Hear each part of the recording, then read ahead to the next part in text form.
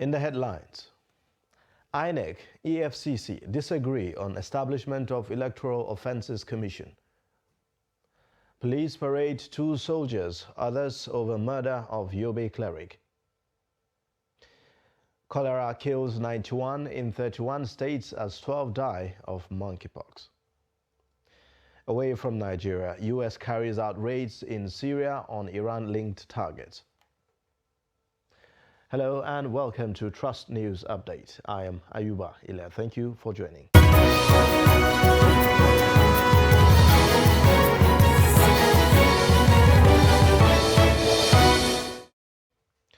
And now the details. Speaker of the House of Representatives Femi Gbajabiamila says electoral crimes, if not addressed, can subvert the democratic will of the electorates and enthrone corrupt leadership. Gbajabiamila stated this on Tuesday during a one-day public hearing on a bill for an act to establish the National Electoral Offences Commission. The report. The bill for an act to establish the National Electoral Offences Commission is a critical legislation which has been part of all national conversations on constitution and electoral reforms for the last 13 years. This gathering is aimed at getting the inputs and opinions of stakeholders to take necessary legislative steps to address identified challenges and block loopholes in the conduct of elections. Speaker of the House of Representatives, Femi Gbajabiamila, who was represented by his deputy, Idris Wase, noted that electoral offences are self-inflicted injuries that should be avoided at all cost. One will acknowledge that even our recent governorship elections in Ikiti and Osun State signifies milestone in Nigeria's democratic evolution. There is no doubt that a lot of work still needs to be done. Provisions of the consolidated bill currently before the House of Representatives seeks to establish a commission that will be in charge of investigating and prosecuting electoral offences created under the bill or any other law related to electoral offences. In our view, having the commission in place and functional will no doubt enhance the credibility of the electoral process and contribute immensely to the nation's drive to have free, fair and credible polls, since the provision in the enabling law will serve as a disincentive to those wishing to perpetrate electoral offences. Stakeholders, while considering the 46 clause bill, are also recommending that jurisdiction and special powers of the court include Electoral Offences Tribunal. However, there were still observed issues, malpractices, especially during the electioneering processes, the most common being the issue of voter buying and manipulation of electorates. When offences are identified and prescribed in a law, it's important that the punishment for it be commensurate with the offense identified. Looking at the Electoral Offences Commission propositions here, it includes that the proposal that says that at least 20 years imprisonment for ballot snatching. I think that is overwhelming. However, the Economic Financial Crimes Commission, EFCC, kicked against the bill, suggesting that existing law enforcement agencies should be strengthened to achieve maximum output rather than creating a new agency for investigating and prosecuting electoral offences.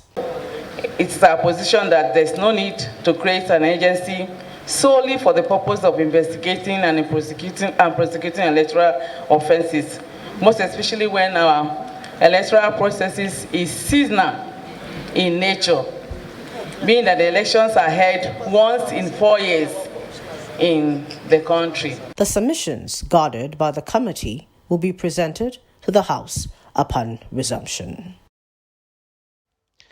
The Indian Minister of State for External and Parliamentary Affairs, Velamveli Muralidharan, says that the world's largest democracy is willing to partner Nigeria to ensure successful general elections in 2023.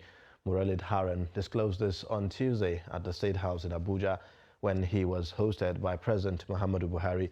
The envoy, who was in Abuja to take part in the Nigeria-India Business Council, described Nigeria as the center of their engagement with Africa. Muralidharan, who brought greetings from the Indian Prime Minister Narendra Modi, said that Nigeria and India have robust relations in business, defense, education, and many other areas. President Buhari, in a statement by his spokesman, Femi Adesina, said that Nigeria and India must continue to build on the long-standing relationship for the benefit of both countries. Now, the need for social media supporters of different political parties and candidates to restrict themselves to issue-based campaigns ahead of the 2023 general election has again been emphasized. This comes as politicians brace up for the official commencement of campaigns in September. The report. In Makurdi, the Benue State capital, residents have raised concerns over political bickering and smear campaigns by social media handlers. Those who spoke to a reporter called on politicians to guide their supporters through issue-based campaigns. Because if they are not supporting the actions, tacitly supporting the actions of their supporters, I think it will not continue. Because the leaders are actually a reflection of their followers. So if your followers are doing this and you are keeping quiet and not calling them to order, then it means you have ratified their actions and they feel that is the best way they are showing support to you by attacking others, and then it continues like that. So I think they have a big role to play in calling their media handlers, image makers, and so, as well as their supporters to order. They also say there are quite a number of problems to be addressed in the country rather than acrimonious politics. While insisting that Nigeria's democracy has come of age for politicians to adopt best practices as sustainable in mature democracies, residents want supporters focus on issues clogging the wheel of progress in the nation instead of acrimonious politicking. So we need people who can come up with new ways of settling our problems. That's what needed to have been done. Unfortunately, this is not the case.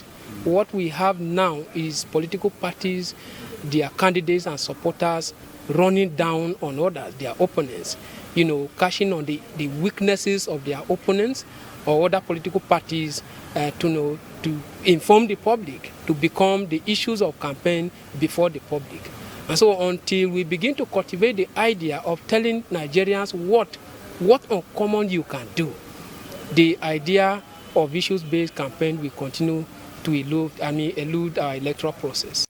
They want the electorate to demand accountability from elected leaders, adding that by so doing, issues hindering the nation's growth will be addressed, especially if such demands are championed by the youths. It's a slap on our face that when we vote in people, we don't really check on their activities. It is not right, because you have even the constitutional powers allows you to recall any person that is not really working for the interests of the people who voted them into office. So it's a constitutional right that we have to look towards activating that aspect of the law. So, anybody who feels he occupies any public office and he's not really ready to hear the cries of the people that voted him or his constituents, I think they have the powers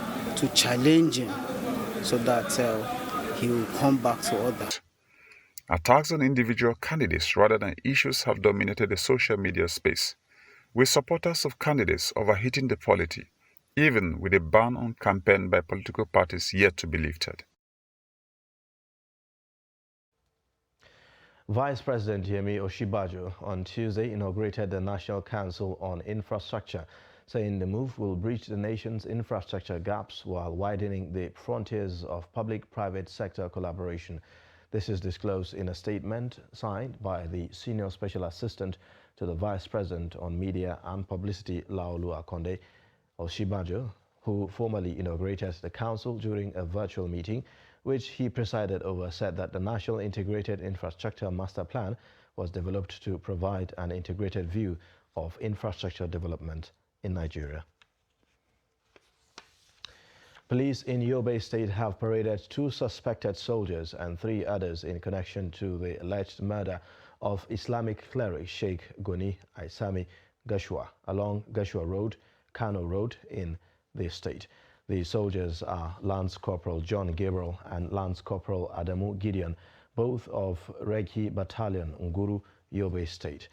Police spokesperson Dungus Abdul Karim said that the suspects will be charged to court. The principal suspect, Lance Corporal Gabriel, admitted to the crime and explained how he killed the cleric and seized his car. According to a statement signed by Army spokesperson Kennedy Anyao of the Operation Harding K, any soldier found wanting will face the wrath of the law. The Zamfara State Committee on Prosecutions of Bandits-related offences says until Bello Turji, the notorious bandit kingpin, publicly surrenders his arms and announces his repentance, it will not consider his repentance as true. Chairman of the committee, Abdullahi Shinkafi, said this at a press briefing in Gusau, the Zamfara state capital. Shinkafi, who is also from Shinkafi local government area where Turji mostly operates, said for over 6 months there was no record of attack or mass abduction of the persons in the area and other communities. Shinkafi was responding to an earlier pronouncement by the Zamfara State Deputy Governor Hassan Nasiha that the bandit leader had embraced a peace deal. Shinkafi bemoaned what he described as the prolonged investigations and delayed prosecution of arrested bandits and their collaborators. Media Trust Group is exploring mutually beneficial business with Taj Bank Limited, an emerging non-interest bank in Nigeria. The Group Chief Executive Officer, Media Trust Group, Munir Gwarzo, led the management of the team on a courtesy visit to the corporate headquarters in Abuja. The report. The management team of Media Trust Group were received by the managing director and top management staff of the bank. The team lead, Munir Gwarzo, who is the Group Chief Executive Officer Media Trust Group, commended Taj Bank for the enormous achievement it had attained within just few years of operation in Nigeria. It is enough reason for the Media Trust Group to seek to be part of that success through a robust collaborative initiative. So we came to greet you, to thank you sincerely because from the briefing I received, we've been having business with Taj Bank. And we also congratulate you for the good work you've done. I've watched your last AGM a few months ago, and I know you are operating at a very difficult environment, even though you have created your niche, but that niche has not been developed to that extent. And one can see in the last 2 years what you guys have achieved. And we want to be part of that success story. We want to thank you for the patronage. And we also want to appeal for more collaborations with us. You can watch Trust TV anywhere in the world via YouTube or our website. So that's our reach. I think on free to air, we just started less than a year. There are over 120 channels, but we are numbered at 3 at the moment. So it's quite, I think this is the fastest growing TV in Nigeria ever in terms of the numbers we are making at the moment. Responding, Managing Director of Taj Bank, Hamid Joda, welcomed a fruitful collaboration with the Media Trust Group on all platforms, reiterating its commitment to ensuring that Taj Bank competes favorably with its peers for the benefit of Nigerians. We, as you very well know, we started as a regional bank, and when we opened our doors, I think one of the first places we visited at that time was Media Trust. We had a meeting with your team. And from there, we sought to activate a mutually beneficial relationship. We have a very robust agenda, but we have a strategic plan. And we believe you are strategic partners in that arrangement that we have. So I think the two teams should start engaging each other immediately. The underlying focus for collaboration by these two groups, which are leaders in their different fields, is upliftment of the ordinary Nigerian by identifying with their challenges. Martia Umar, Trust TV News, Abuja. Kwara State Commissioner of Police CP Tuesday Asayomo said that the Nigerian police force is not owing officers and men of the command salary, nor is the force owing special constabulary's salary. Asayomo said this in reaction to a protest by police special constabularies that caused serious traffic gridlock along the popular Ahmadu Bello Way in Ilorin, the state capital, over alleged non-payment of salaries. The CP added that the concept of community policing and recruitment of special constabularies was voluntary in nature, since they were not on monthly remuneration like the conventional policemen. It clarified that community policing across the state was voluntary and therefore not a paid job, adding that participants were adequately briefed on zero remuneration. You're watching the news update on Trust Television. Coming up shortly, we'll take a look at adult education for internally displaced persons. Details of this and more shortly. As the 2023 elections draw near, remember, evil prospers when good men and women only wish for peace, but never take a step to make peaceful elections happen. Are you a father? Are you a mother? What are you saying to your children as elections approach? Have you warned them not to let themselves be used to cause violence? Have you explained to them what the consequences of electoral violence might be? Do your part to make peaceful elections happen. Talk to your children. Protect them from unscrupulous politicians who want to put them in harm's way, while their own children are comfortable at home, within and outside the country. Let's join hands to make 2023 elections peaceful. This message is from the National Orientation Agency, NOAA.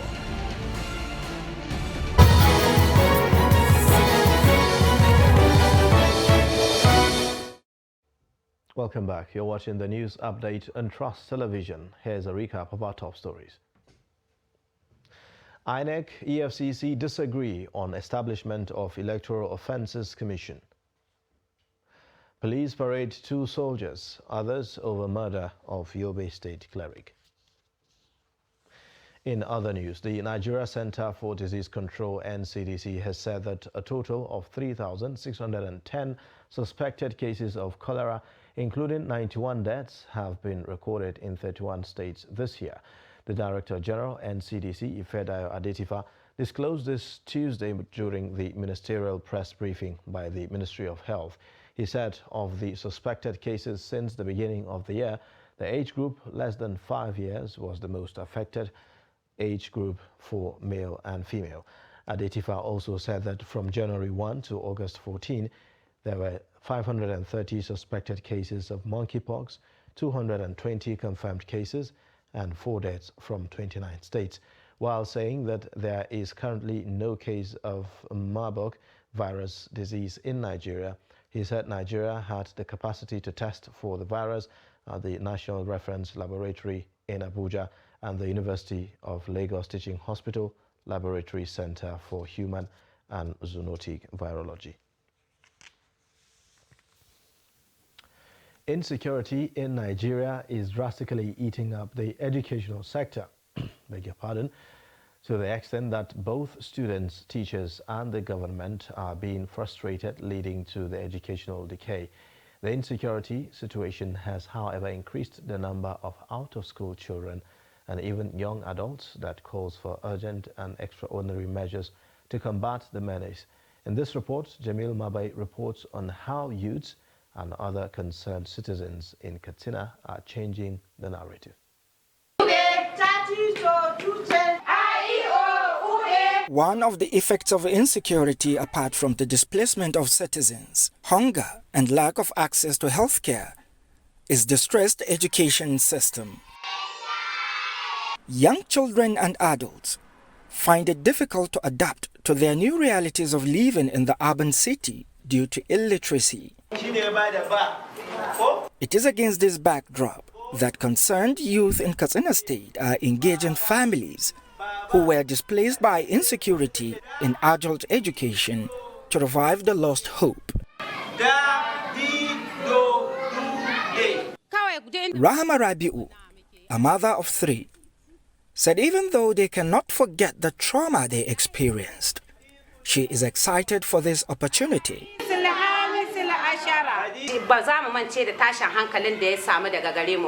We will never forget the trauma we went through, but the joy we feel from the improvement is in our children and us. We went through a lot, but God decided to bring people that will be kind to us and our children. Our children have been enrolled back to school, and we have adult education for the parents.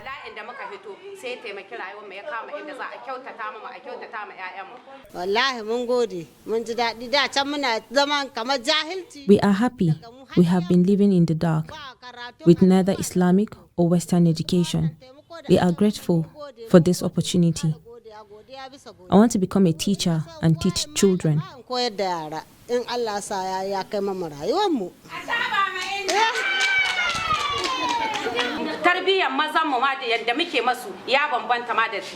How we treat our men has improved. We have become of age, and even if we couldn't get to become doctors or teachers, we can at least learn to operate even a phone. That alone is an achievement. I love you. It might not have the conventional educational settings. This uncompleted space is their classroom.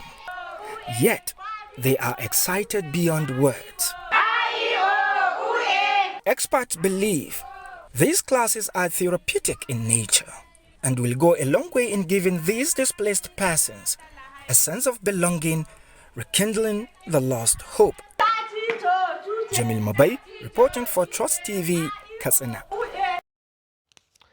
Presidential candidate, New Nigeria People's Party, Rabiu Kwankwaso, wants rehabilitation of Apapa Port access road in Lagos State fast-tracked to address traffic congestion. Kwankwaso made the call at a town hall meeting with maritime stakeholders on Tuesday in Lagos. According to him, the country really needs to plan for the future of the maritime sector, as it is critical to the growth and survival of the economy of the country. The candidate said that his experience over the years as a former Deputy Speaker of the House of Representatives, former Governor and former Minister of Defense had availed him with some basic understanding of the maritime sector and especially some of its challenges.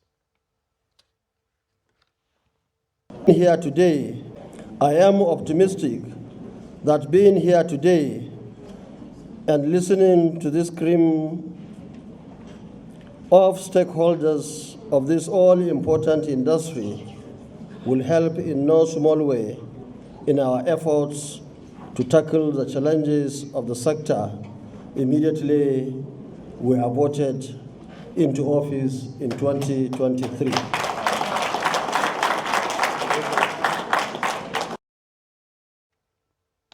Nigeria and the United States government have reached an agreement on the return of over $23 million of Abacha loot.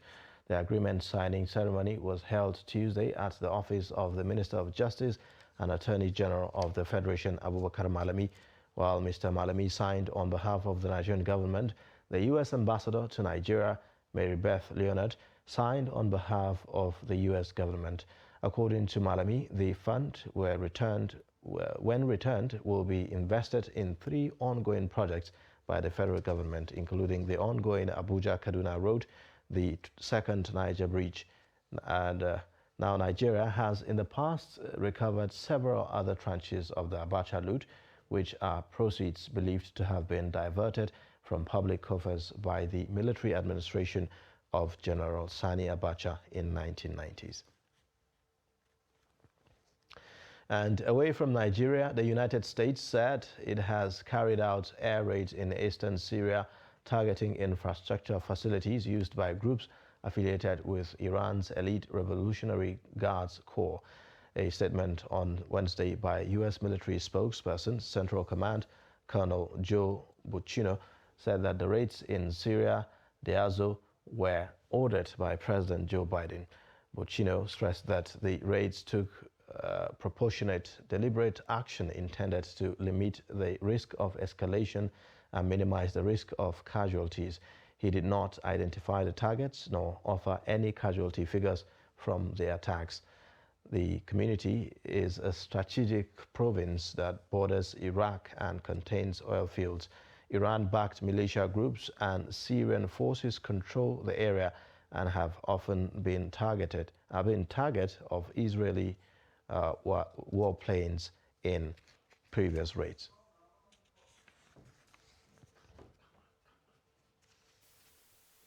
And that's a wrap on the news update. Watch more via all our social media platforms. Don't forget, you can watch us live on YouTube as well. My name is Ayuba Ilya. Thank you for watching.